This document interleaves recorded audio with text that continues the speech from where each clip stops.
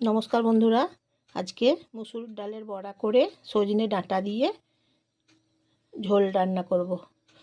বড়া এবং সজনে ডাঁটা তরকারি করছি। এখন মুসুর ডালগুলো আমি বেটে নিয়েছি, আগে জল দিয়ে ভিজিয়ে রেখে দিয়েছিলাম, তারপর আমি এখন বেটে নিয়েছি। সজনে ডাঁটাগুলো আমি সেদ্ধ করে নিলাম।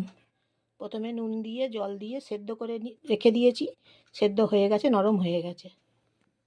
তারপর কড়াই গরম করে নিচ্ছি, ভালো করে গরম করব, তেল গরম করব, বড়াগুলো ভেজে নেব।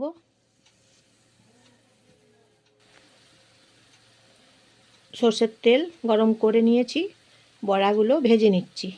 বড়াগুলো ভেজে নিয়ে রেখে দেবো। আদা বেটে নিয়েছি, আদা বেটে দেবো, কাঁচা লঙ্কা দেবো। বড়াগুলো ততক্ষণ এখন ভেজে নিই। তা বড়াগুলো ভেজে নিচ্ছি, দু পিঠ উল্টে দিয়েছি, দু পিঠ ভেজে নিচ্ছি। নমস্কার নেবেন জয়ার রান্নাঘর থেকে, আমি জয়া। আপনারা সবাই বন্ধুরা নমস্কার নেবেন। বন্ধুরা একটা লাইক করবেন, একটা সাবস্ক্রাইব করবেন। কেমন হয়েছে বলবেন। বড়া সজনে ডাঁটার তরকারি, সজনে ডাঁটা দিয়ে বড়া দিয়ে তরকারি কেমন হয়েছে বলবেন। শেয়ার করে দেবেন, আপনাদের পরিবারের সবাইকে শেয়ার করে দেবেন। কালো জিরে ফোড়ন দিচ্ছি, আদা বাটা দিলাম, আদা বেটে রেখে দিয়েছিলাম আগে থেকে, আদা বাটা দিলাম। এখন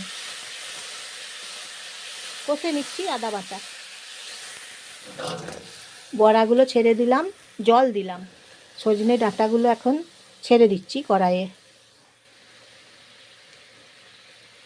হলুদ দিচ্ছি, নুন দিচ্ছি,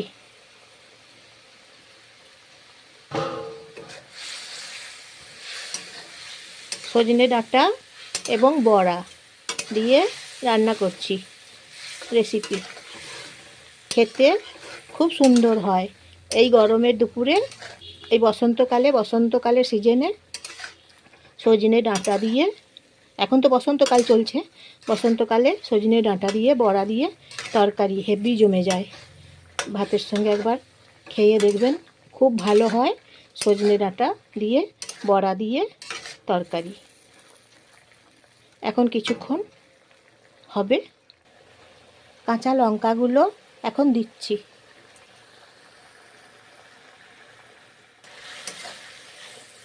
কাঁচা লঙ্কার সেন্ট পাবো, খুব ভালো লাগে খেতে। কাঁচা লঙ্কার গন্ধটা না তরকারির সঙ্গে খেতে খুব ভালো হয়। তাই কাঁচা লঙ্কাগুলো লম্বা সাইজ করে চিড়ে কেটে দিলাম, মেখে খাওয়া যায়।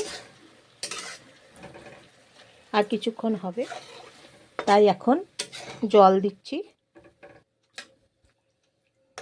বড়াগুলো একদম নরম হয়ে যাবে খেতে, নরম নরম বড়া দিয়ে সজনে ডাঁটা দিয়ে তরকারি রান্না করছি আজকে।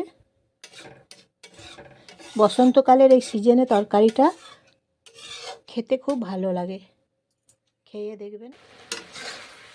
5 মিনিট পরে ঢাকনা খুললাম, ঢাকনা দিয়েছিলাম। বড়াগুলো দেখুন একদম নরম হয়ে গেছে,